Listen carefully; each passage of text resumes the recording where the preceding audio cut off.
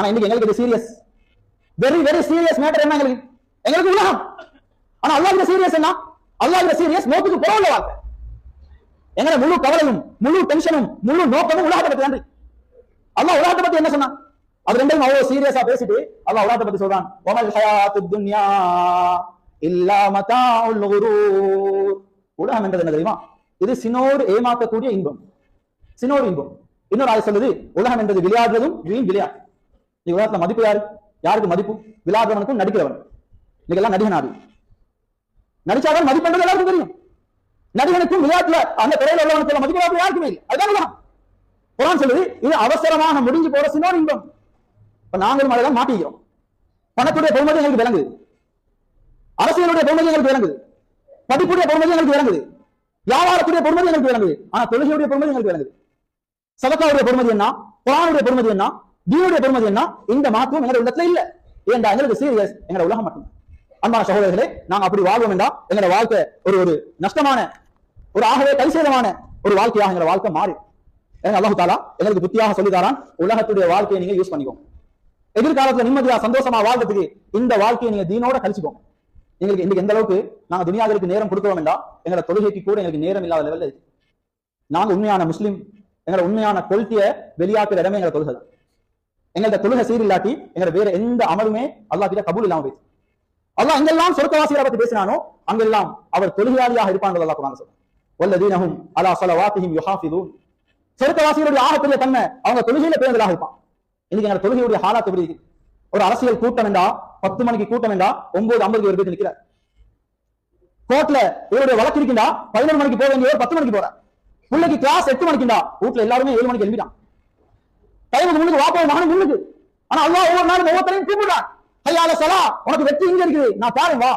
ஹய்யால ஸலா, வெற்றி இங்க இருக்குது வா. ஹய்யால ஸலா, தொழுகையின் பக்கம் வா. தொழுகையில தான் வெற்றி இருக்குன்னு அல்லாஹ் சொல்றான். நாங்க முன்னுக்கு வந்து எங்க வேற வேற விஷயங்களை பார்த்துக்கிட்டு இருக்கோம். எங்க வியாபாரம் எங்களுக்கு பெருசு, பேசி நிக்கிற கூட்டாளி எங்களுக்கு பெருசு, எங்க வேற வேற விஷயங்கள் பெருசு. நாங்க இந்த நன்மையோட போனா அவ்வளவு பெரிய சொர்க்கம் எங்களுக்கு கிடைக்குமா? எங்க எதிர்காலம் சிறந்த எதிர்காலமாக மாறுமா? அல்லாஹ் சொல்றான், நீ சுபஹ்க்கு வந்து 2 ரக்காத் முன்சுன்னத் தொழு, நான் உனக்கு இந்த முழு உலகத்தையும் விட சிறந்த நன்மையை தாரேன்.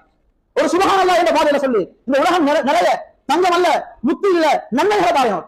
உலகம் நிறைய நன்மைகள், அந்த நன்மையை வச்சுதான் சொர்க்கத்துல எங்களுக்கு பிரயோசனம் அடையும். தங்கத்தை கொண்டு போய் என்று விரல வச்சு எங்களுக்கு சொர்க்கத்துல அந்தஸ்து அடையலாம். எனவே உலகத்துல நாங்க சேகரிக்க வேண்டியது நன்மைகள் தான். எதிர்காலமும் அது எங்க கையில இல்ல, அது அல்லாஹ் முடிவு செய்யறான். இறந்த காலமும் அது எங்க கையில இல்ல. ஆனா இந்த நிகழ்காலம் எங்க ஒவ்வொருத்தருடைய கையிலும் இருக்குது.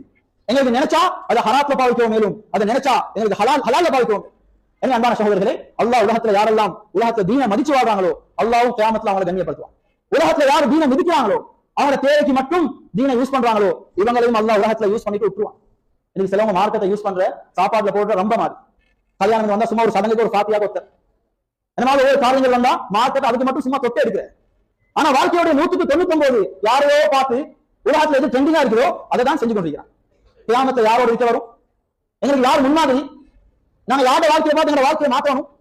அப்துல்லாஹ் இப்னு மஸ்ஊத் ரலியல்லாஹு அன்ஹு சொல்றாங்க, நீங்க உலகத்துல யாரையாவது ஃபாலோ பண்றேன்னா நபி ஸல்லல்லாஹு அலைஹி வஸல்லம் அவங்கள சஹாபாக்களை ஃபாலோ பண்ணுங்க.